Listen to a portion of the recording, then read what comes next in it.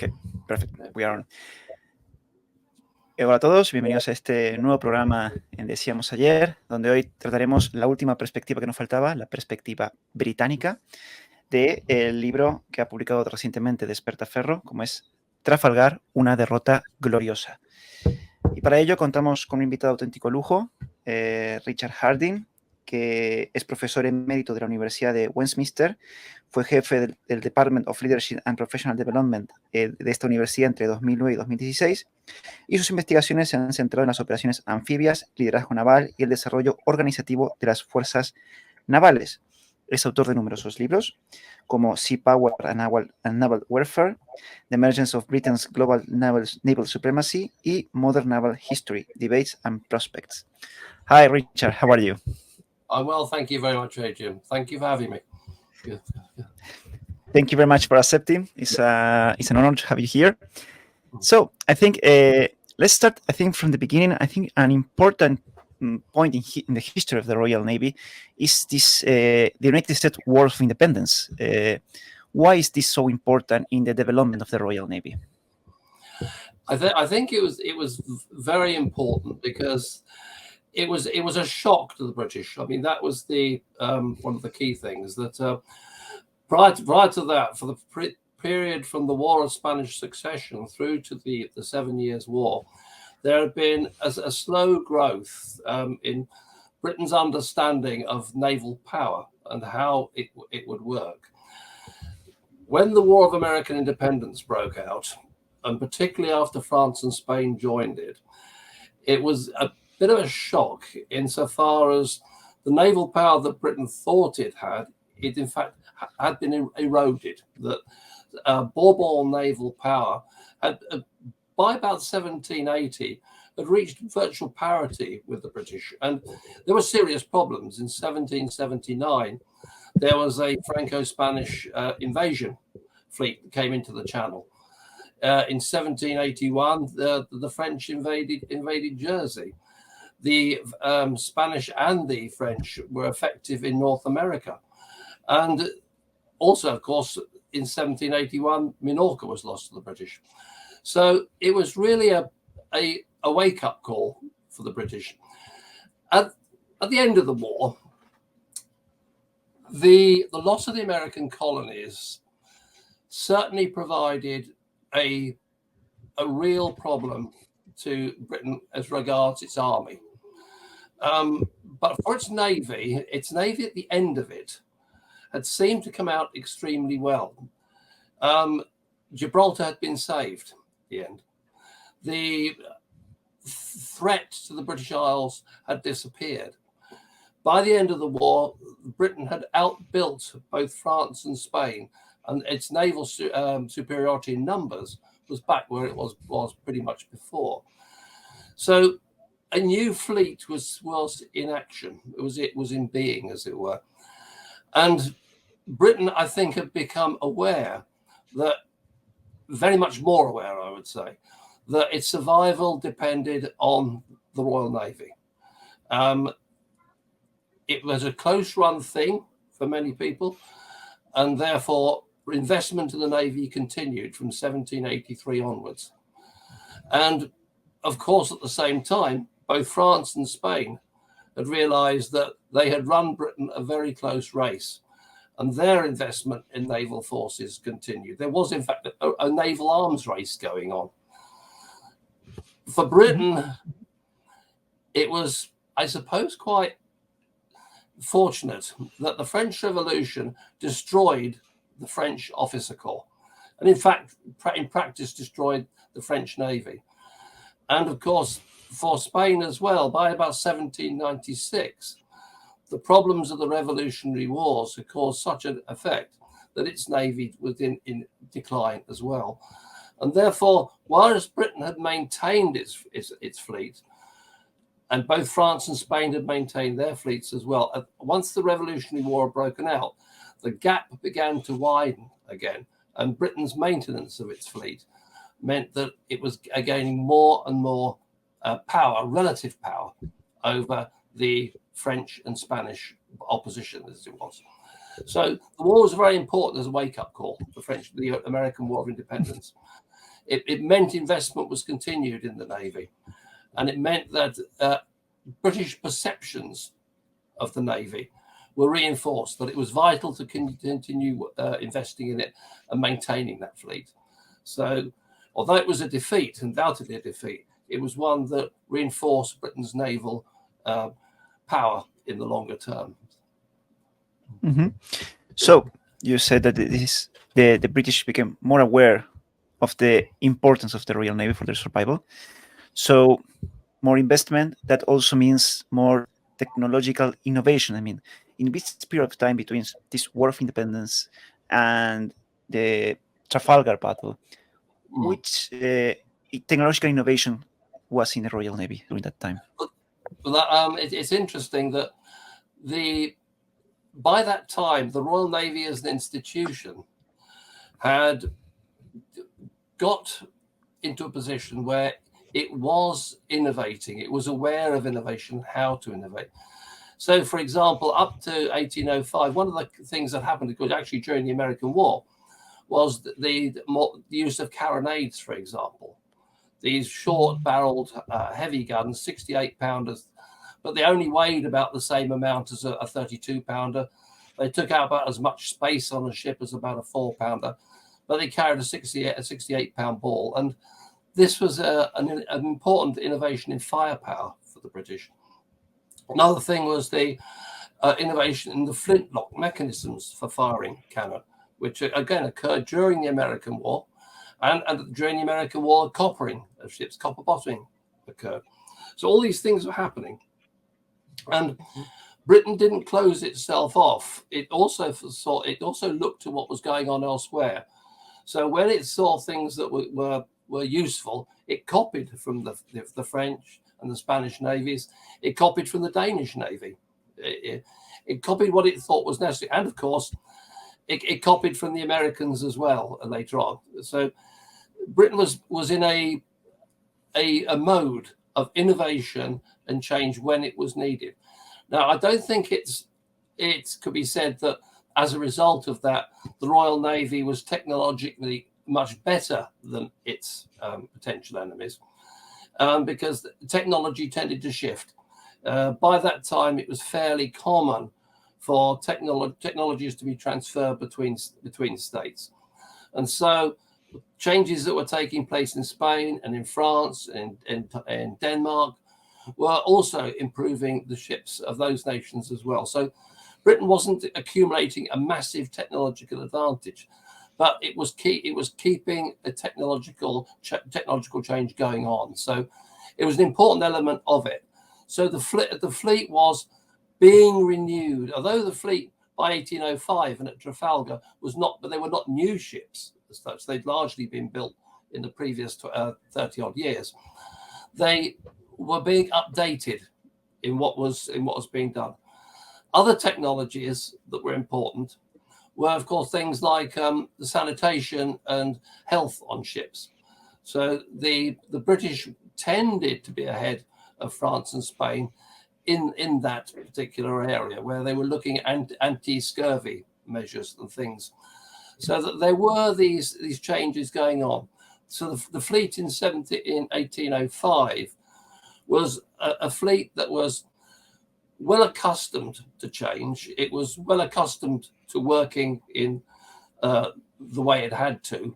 And consequently, it was a very effective fleet in that respect. So, but it wasn't necessarily technologically spectacularly different from those of France or Spain or anybody else at the time. Mm-hmm. So also you mentioned these sanitarian improvements on the ships. Also, that means that Great Britain was looking specifically also to improve the management, administration, and logistics of the Royal Navy, right? Yes, absolutely. It's something that I think is very important to understand about the Royal Navy, that it's its administration as much as anything else that it is of a quality that's important. And this goes right the way back. The administrative changes from the late 17th century, or the mid 17th century onwards, were reinforcing how the Navy was operating the whole time. So administrators were vitally important. You had some very big names in the 17th century, like Samuel Pepys and people like that. But there were the junior administrators. There were the people who had dealt with the offices of the Victualling Board, the Navy Board, the Sick and Wounded Board.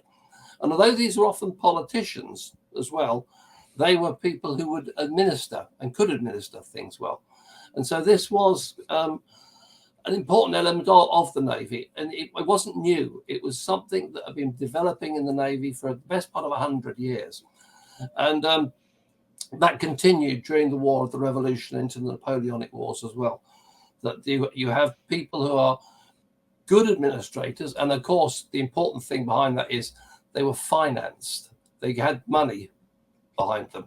Money was put into it, which is an important thing. So the British government and Parliament were willing to pay for things to be put in. And so they weren't working on a shoestring. They were working very well.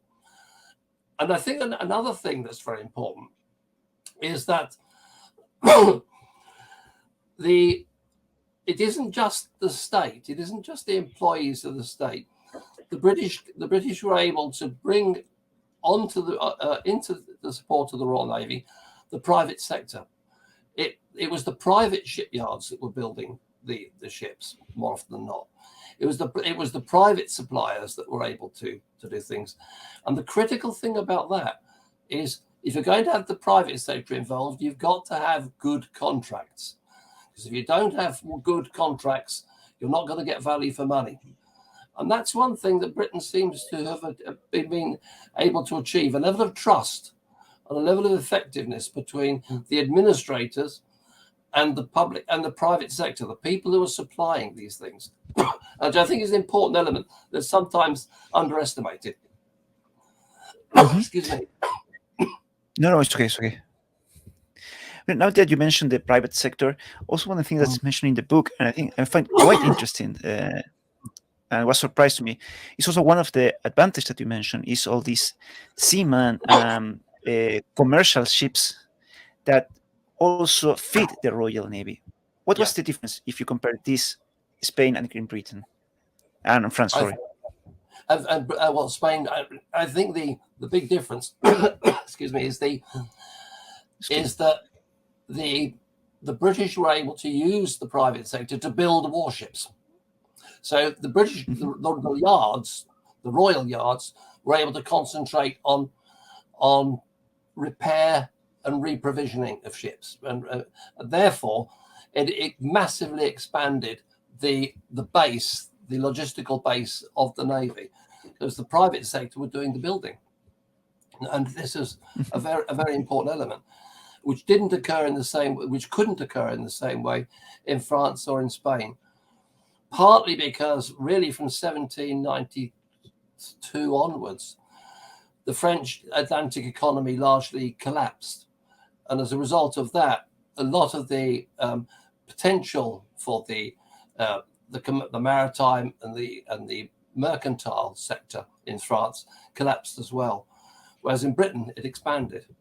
And that was another important thing about the American War of Independence, that after the American War of Independence, the British Merchant Marine began to expand in a big way. And as the British Merchant Marine were expanding, so it was expanding the logistical base of the potential for the Royal Navy, both in seamen and in the number of ships that were available, shipbuilders, contractors, and all these things. So it was a very important part of those years after the War of American Independence that was expanding the base, expanding the potential power of the Royal Navy, which France and Spain never had in that respect. Getting the contracts right, working with the private sector, didn't work so well in either France or Spain at that time. So, if I understand correctly, as the commercial power, let's say that way, of Great Britain is getting expanded, the same way the Royal Navy is expanding as well with it. Yes, exactly that. Because they're working together in many ways. They're able to work together. So the state isn't having to provide everything, but the state can exploit what is being provided by the commercial sector. And of course, the commercial sector is very much aware that the Royal Navy protects them. And so there's a symbiosis, a working together that seems to be very important. So also the Royal Navy and the British Society were really connected and supporting each other because they see as an important piece of their protection or their business. Yeah, absolutely. And that had been going on for the best part of about 150 years by this time. I mean, really, it's after if you go back to the English Revolution of the 1640s, the Royal Navy, as it were, or that is the King's Navy, everybody knows it's actually there to support the state and the economy, and the Royal Navy is there to protect commerce, and that's what people understood. Therefore, they funded it. They often expected far too much of it, but they funded the Navy constantly, and it was never going to cause a problem within Parliament to fund the Royal Navy, whereas it would almost always cause a problem to fund the army. The British didn't trust their army at all. They thought their army would become a tyrant, but the Navy couldn't. It's out on the seas. It's out protecting commerce. It's not interfering with the daily lives of people. So they wouldn't support the army, but they would support the Navy, and that was very important. So the Royal Navy didn't have such much problems to recruit people for their ships, right? As we found problems in Spain and France. That might, well, put it this way of what you're saying. You're right insofar as there are more seamen available in Britain. I think it's fair to say that throughout the 18th century, the number of seamen in British society, because of the mercantile expansion, was increasing. So there are more seamen in British society. That does not mean they like serving on the Royal Navy. And therefore, and that's a completely different issue. And making them serve was a real problem. Whereas both France and Spain had got, typical Enlightenment ideas, I suppose, of a system of systems, the Matriculare de Mare and the Inscriptio Maritime, but were systems that were to tell people how they would serve in the Navy, what benefits they would get from it, and the liabilities they would have for it. The British didn't do that. What they did was they said, if we want sailors, what we'll do is we'll stop the ships that are coming in and we'll take the sailors. And this was right the way back over 100 years. It's called the press. Now, in Britain, the great story of the press gang is the press gang going around the ports of an evening when everybody's had a good evening out and drunk, and then knocking them on the head and taking them on ships and putting them there, which of course did happen. That's what the press gangs did, and that caused a lot of anger and fury within the towns, particularly as it took up people who were not seamen at all. It could take up anybody. You could be just on a night out, and you just end up in the wrong place, and you end up on a ship the next morning. But what they also did was, as ships returned to Britain when they're trading, going up the channel, they would stop the ships and they would not let them go until they delivered a number of seamen to them. And that was resented as well. So it was a system that worked, that the British political public accepted it had to happen because there was no other way of manning this huge fleet. Because people did not that many people wanted to serve on that fleet. There were advantages for serving on it, but not tremendous. Excuse me, tremendously. Particularly as the people you need to serve on the fleet are able seamen, people who can go up to deal with the sails and go up the yards and things like that. And those people were worth a lot of money to the merchant community, and the merchants wanted to keep them, but the Navy needed them as well. And so there was a struggle between the two the whole time. And if you could avoid it, quite often a sailor would not want to be in the Royal Navy. They would rather be better paid on a merchant ship. Now, there are lots of reasons why that's a dangerous thing to be.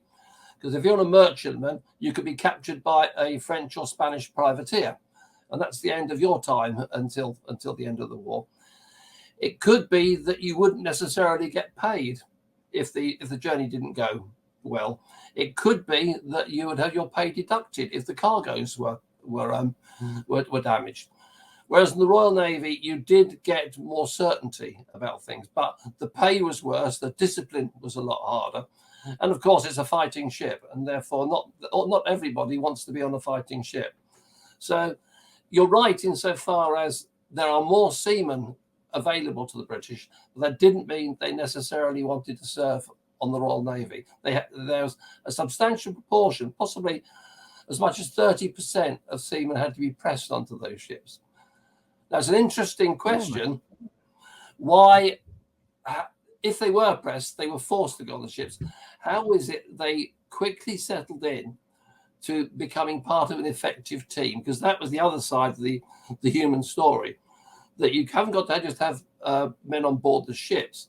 They've got to fight as a team, a group. You can't be an individual on a ship.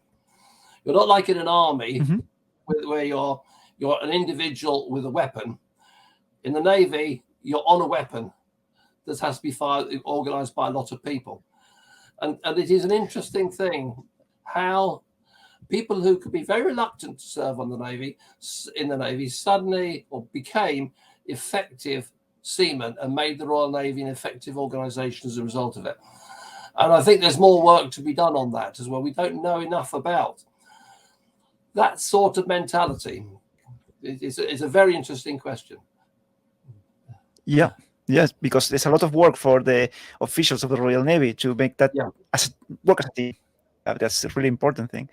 So now going to the Revolutionary Wars and the Napoleonic Wars, we have this plan of Napoleon to invade Great Britain. Okay, so what are the advantages of the Royal Navy to avoiding that to happen? Yeah. So how the plan to avoid it? Yeah. The plan to avoid. Well, I think the first thing is, again, Britain had a lot of experience by this time of how the French particularly would try to invade.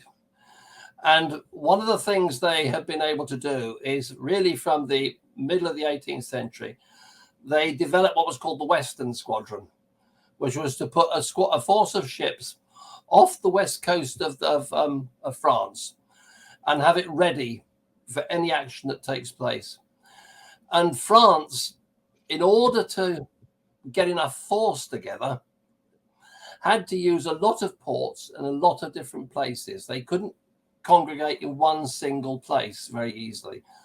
And therefore, if the British were off their coasts on the Western Squadron along the French coast, it was very difficult for the French to pull together an invasion force in one place adequately to make an invasion. Now, this explains why Napoleon's plan was to draw off the British, to pull them away from the coast by making them chase Villeneuve into the West Indies, by seeming to threaten the West Indies to force the British away from the coast. He thought that if the British were pulled away from the coast, there would be time for the French army and the French transports to come together in the Channel area. And then if the French and Spanish fleets by that time could come back quickly, they could cover the landings of the French army. There's a problem with that. Broadly speaking, the British knew that that's what they would do. And Britain also had a huge number of ships available. So although it could send ships chasing the Franco-Spanish force to the West Indies, it also had a huge force in the Channel still. So it could wait and wait for the French to come back. And that's really what happened, because Sir Robert Calder was commanding the Channel Squadron at the time. And when the French arrived, that's when Calder found them. And there was that battle. It wasn't a great victory for the British. And it's interesting, it did what it needed to do. It certainly meant that Villeneuve returned down to Spain. But as far as the British was concerned, Calder didn't destroy the French, and as a consequence, he was considered to have failed. And yet he did really exactly the job he needed to do, which was simply to stop them coming into the Channel. And therefore the British were able to do this. The fleet was big enough to completely stop the French action. So it's highly unlikely that even if Napoleon was really genuine about this, and it possibly was, that his plan would have worked. And you can consider this, and trying to get his ships across the Atlantic back again and get everybody in the right place at the right time, which may work on land, which Napoleon might be able to understand as armies move that way. With the weather and the winds as they were, it was not something you could really rely on as far as a naval war is concerned. And so it was something that is a long shot, and it's highly unlikely that even if Napoleon had landed, that he'd have been able to keep the routes open across the Channel, because the Navy would have followed up behind him and blocked him off completely. And well, again, an interesting what if Napoleon had been stranded in Britain with his army, instead of being on the Danube and then going on to win the Battle of Austerlitz. But there you go. He never tried it. So yeah, that's a really nice what if to be answered. Yeah. So this Battle of Cutler is quite interesting because it raises me a question here, because we can ask what's the efficiency of the Royal Navy during these Napoleonic and Revolutionary Wars, but I think it's more interesting to ask what was from the British perspective the efficiency of the Royal Navy. How did they saw the efficiency of the Royal Navy during these wars? That's a good question. There are a number. If you start early in the war, there was a feeling that the Royal Navy couldn't necessarily stop an invasion. I mean, there have been too many close calls in the American War of Independence among some people. Within the Navy itself, there was always the feeling that they knew how to handle the French and Spanish potential fleets. And so professionally, they felt, particularly people like St. Vincent, felt that the Navy was strong enough to do its job. There were feelings among other people, that Britain was in danger. And that's why there's this huge effort to mobilize manpower in Britain in the 1790s, and particularly in the early 1800s. And because they felt that we're going to need defenses, we're going to need land defenses in case the enemy do land. But at the same time, there was a long tradition in Britain of thinking that the Royal Navy will always win. It's a very interesting thing and you go right the way back to the beginning of the 18th century and say the 1720s, 1730s. When Britain and Spain were having lots of problems over particularly the Asiento Treaty and the South Sea Company, there was in Parliament, people were asking, why is it that Spain will not simply give up? Because they know that they should know the Royal Navy is going to beat them. Whatever they do, the Royal Navy will beat. And this is in Parliament. They're saying this. So there's a feeling that the Royal Navy should also always win. And Admiral Vernon, one of the great advocates of blue water policy, always thought that a British ship should always be able to beat two French or two Spanish ships regardless. So there was no justification in his mind for not attacking the enemy. Now, this was it was arrogance and self-delusion rather beyond it, because when war came in 1739, you all know that actually the war went extremely badly as far as Britain was concerned, and they didn't achieve anything like they thought they were going to achieve.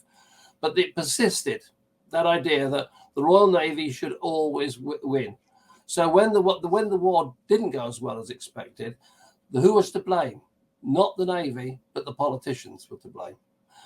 And that was thought to be proven. Of course, when you got the 7 Years' War and you have William Pitt in charge, Britain wins that war. Britain wins against France, and Spain joins too late to become effective. And it becomes a major success. And therefore, it's reinforced that Britain should win a naval war.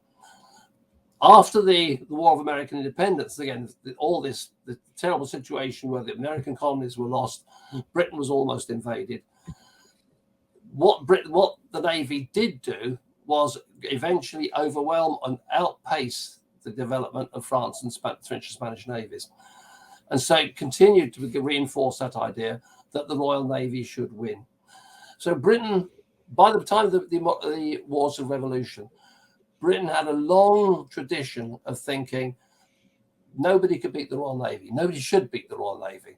The Royal Navy is too big, too well organized, too well supplied in order to be beaten. And that's why and of course, it happens, of course, when the first battles against the French are highly successful. The glorious 1st of June, Earl Howe wins that battle against the Dutch in 1797, Camperdown, St. Vincent, the Battle of Cape St. Vincent, 1797. It seems to reinforce again, this is what Britain does. It goes to war and it wins at sea. So when in 1805, Calder didn't win a big victory, he did what he needed to do, and that should be perfectly acceptable. He was accused of not being efficient or effective. So British public opinion was of the opinion that Britain should win these wars. And of course, that was being reinforced the whole time by the publicity around Admiral Lord Nelson, who won at the Battle of the Nile, won the Battle of Copenhagen. And so public opinion was very much of the opinion that the Royal Navy should win these things. And if they didn't, then these commanders were being inefficient or ineffective. So Calder was blamed for that. There was less tolerance, I think, of failure because the expectations were so high for the Royal Navy. But that wasn't new. That had gone right the way through back to the beginning of the 18th century. Britain had this long history. Yeah. Yes, quite interesting. I don't want to be in the boots of a Royal Navy official. The expectations are too high. Sorry? No, the expectations are really high on the official of the Royal Navy. Oh, yes, the opinion was very high of it. And you're right, too high. It was probably expecting far too much in many ways. But it was, I think, at that point, during the Napoleonic Wars, that was when the Royal Navy was at the apogee of its power. So the public could rest more assured that the Royal Navy would succeed, not necessarily because it was fighting better than any of the other navies, but because, of course, the French Navy had largely collapsed after the Revolution. The Spanish Navy was in a great deal of trouble after 1796, and particularly after 1808, when the Navy virtually ceased to exist to all intents and purposes. And it really only left the Royal Navy in the situation. And it came as a great shock when the Americans caused problems in 1812. Yeah. So going specifically to the Trafalgar battle, what was Nelson's approach to this battle? What was his plan? I think Nelson's plan is interesting. Nelson's is also extremely self-confident. He knows his fleet. Most importantly, he knows the French and Spanish fleets, and he knows he can take risks, which earlier maybe people couldn't have done. So when Villeneuve and Gravina come out, he can split his force in two, and his plan is to get as close as possible, as quickly as possible to the enemy, and batter them at short range, because he knows ship for ship that his ships are better crewed and more organized and better led than the enemy is. So rather than keeping them all together, he has two columns, and those two columns can approach the French line in perpendicular to it. And the part of the plan is that as they approach, Nelson's column would slightly turn to the front of the French squadron. So Villeneuve would think that he was trying to go round his line, and that would stop Villeneuve coming back to the centre where the main battle would take place. And that's where, according to all happened, get as close as possible, as mix it. He doesn't want a standoff battle. He wants a battle of very close quarters with a fast, effective gunnery, and to destroy the enemy that way, because he wanted a decisive, annihilating victory, and that was what his plan was about. And he described this plan to his officers, and who were delighted by it. They understood it, and so they understood what the plan was. The famous saying is that no officer or no captain could do much wrong if they put themselves as close as possible to the enemy. That's all it really required. Get close to the enemy and batter away, because then he felt that ship for ship, Britain was going to win that battle. And that's essentially the plan, a very simple plan. But of course, the wind, there's so little wind, they're approaching at almost walking speed. So this is taking place as the ships are taking place, moving very, very slowly towards each other. And it's interesting to see how Villeneuve and Gravina were left in a position realizing that there was nothing much they could do about it, that Nelson was going to approach this way. They couldn't maneuver effectively to do much, and they simply had to wait for the battle to take place. So it was it was one of those battles that it was, I would say, pretty much decided as it took place.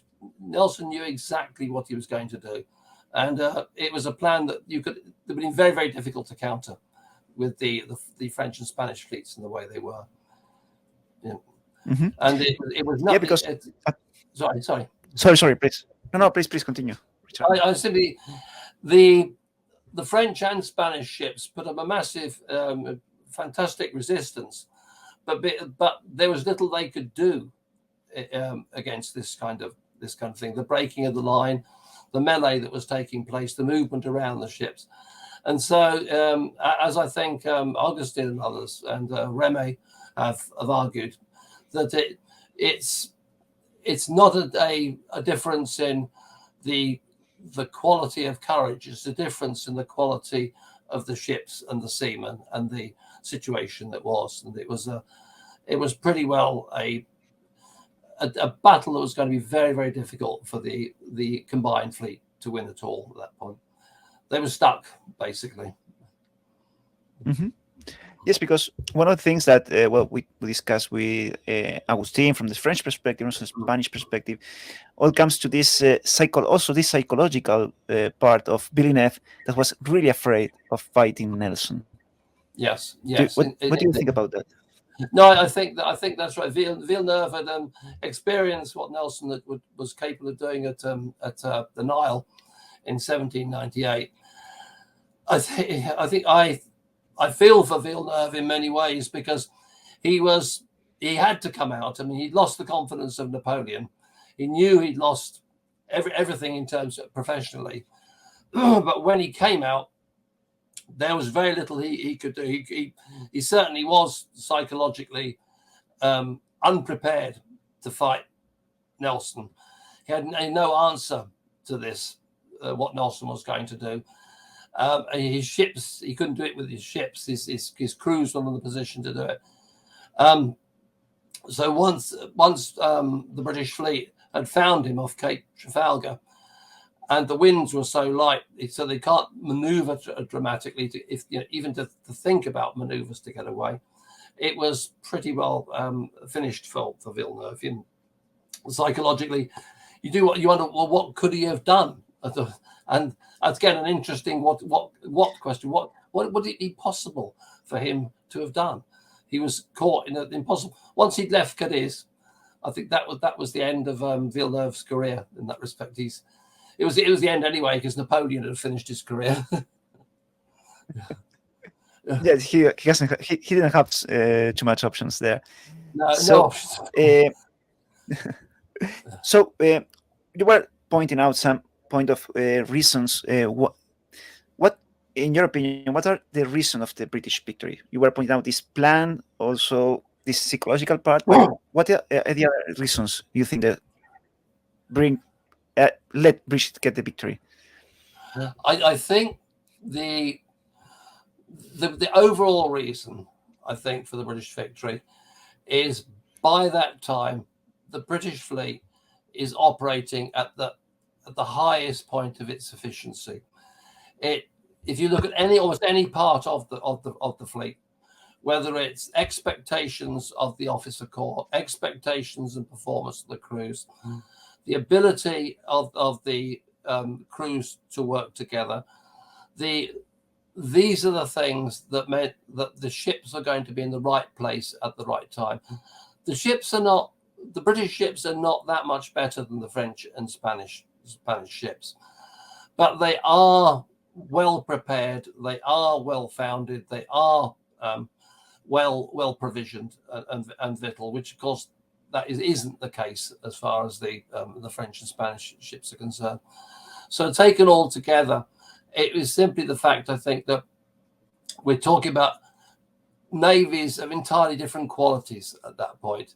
That the war so far had worn down the French and the Spanish navies, but the war had developed the Royal Navy, and the Royal Navy was stronger as the war progressed, whereas the Franco-Spanish forces were weaker as that campaign progressed.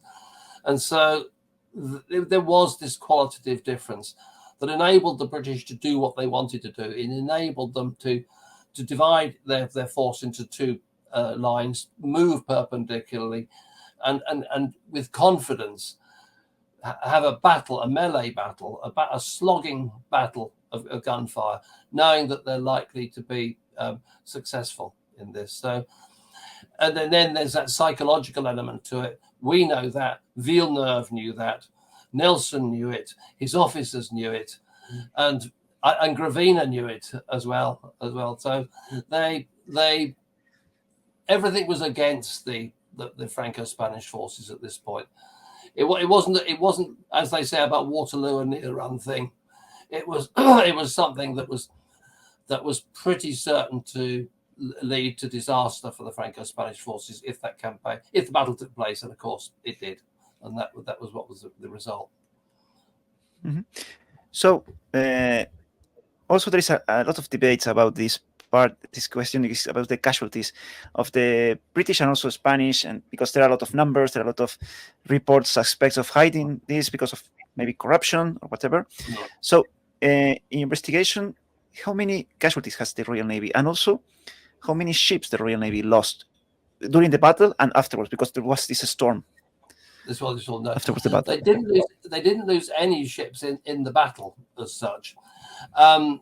Their casualty, and it's an interesting point. I think if you have queries about the casualty list and the possible covering up, I think that needs more investigation. I mean, there's always this statement that the British fired into the hulls of the French and Spanish ships, which caused damage to the crews and damage to the guns. It's always said the French and Spanish fired at the masts of the British ships, in other words, above the crews. So the idea of that was to disable the British ships and stop them moving, so that it would enable them to move, the French and Spanish ships to move into more favourable positions. And that has been used to explain the differences in casualties. I must admit, I would be interested to see where the evidence is of a doctrine that says fire into the masts and yards. I haven't seen that, but there may well have been indeed.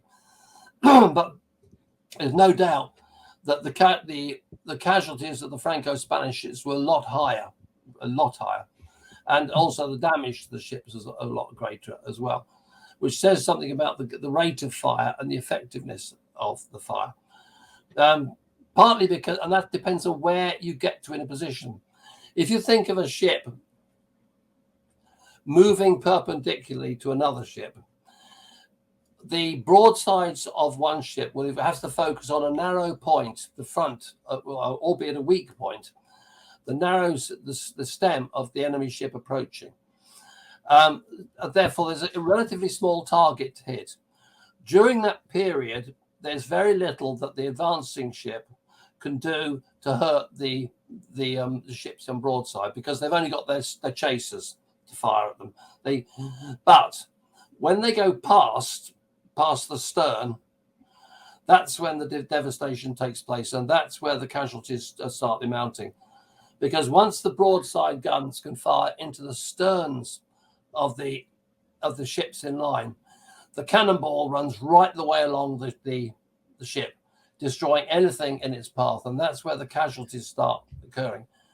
And that's where, as far as I recall, you don't get many what's called raking shots from the French and Spanish ships.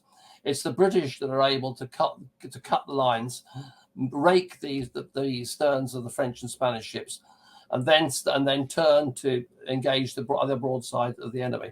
And that's where the casualties are starting to be sustained. And of course, they're doing massive damage to the broadside capability of the enemy ship as well.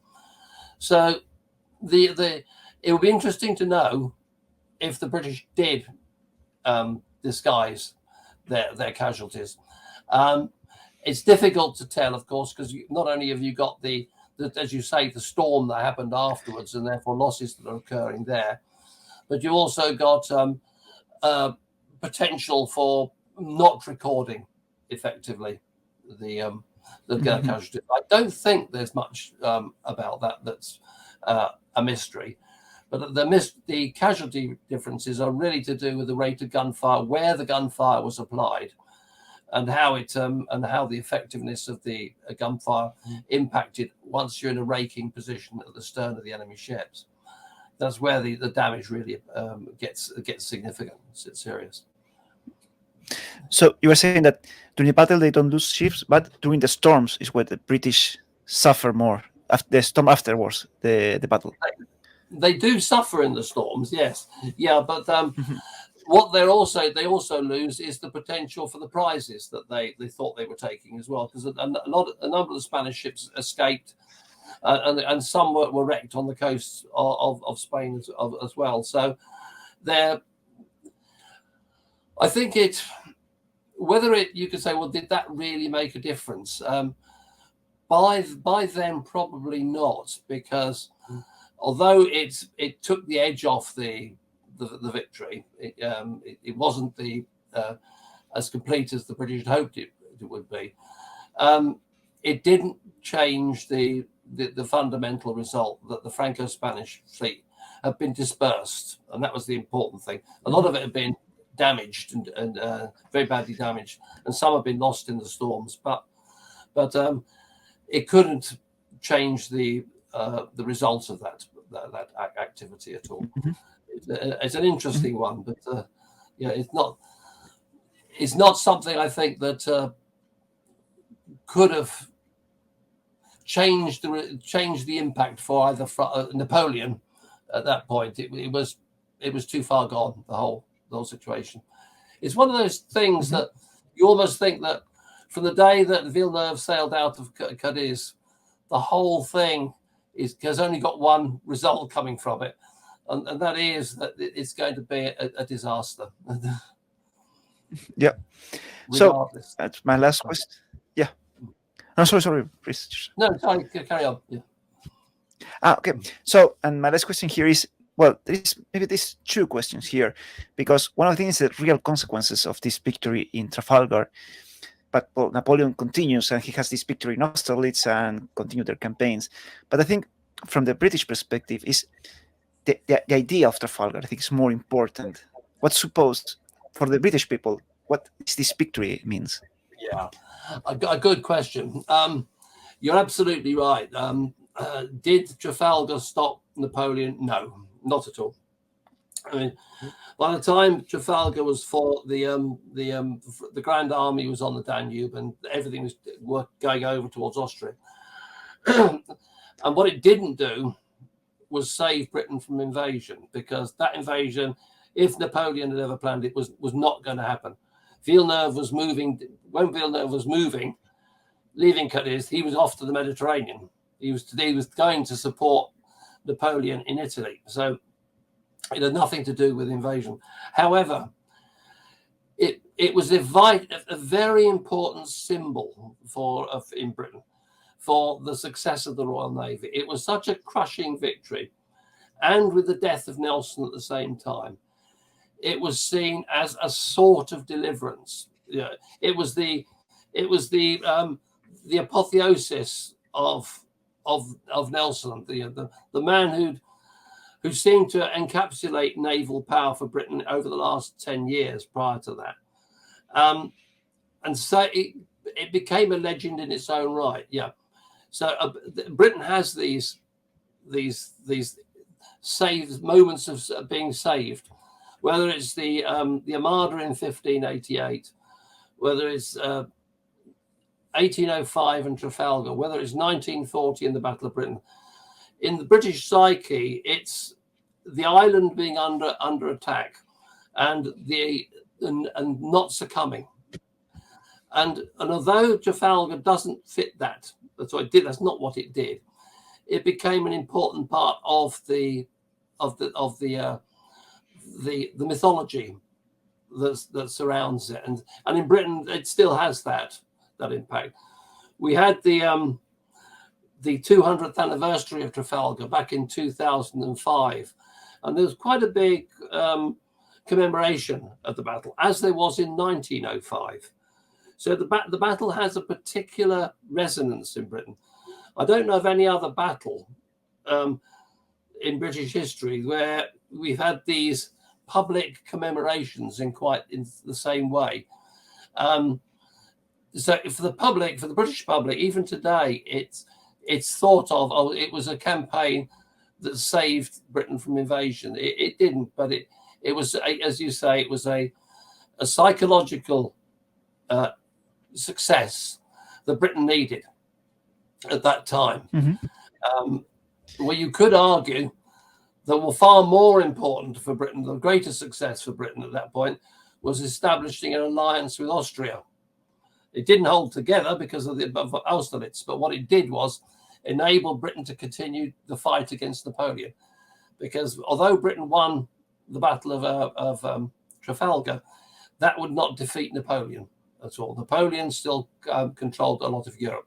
And certainly after 1806 and Battle of Jena, the Napoleonic Empire is in central Germany, and then the continental system starts, and he's able to control the economy of Europe as well. Mm. So for Britain, it is, I think, as it is, I suppose, in Spain, it's recognised as, it has a particular resonance. It's important. It's important for the Spanish Navy. The performance of the Spanish Navy was a very creditable, honourable performance, and it acquitted itself well and showed what it could do in a time of growing tragedy. And in Britain, Trafalgar, it was seen as a moment of national saviour at a point where it wasn't clear how Napoleon was going to be defeated.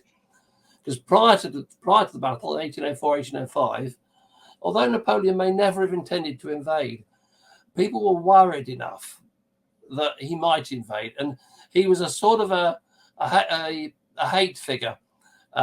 There's a sort of a thing in Britain that mothers would tell their children that if they didn't go to sleep, Bonaparte would come and get them, and things like this. So this Bonaparte was a sort of a bogeyman who was to threaten people. Was threatening people. After Trafalgar, that had gone away, and so it has a resonance in Britain. The psychological resonance, but it didn't save Britain from invasion. Mm-hmm. But we live with it 200 years on. Yeah. So, Richard, thank you so much for being here. It was quite interesting to also see the British perspective. Because sometimes we keep. Thank you very much for listening to me. Thank you. Thank you very much. Thank you. Really appreciate it. It's an honor. Okay. Thank you. Nice to talk to you. Okay. Nice to talk to you. Bye-bye. Bye-bye.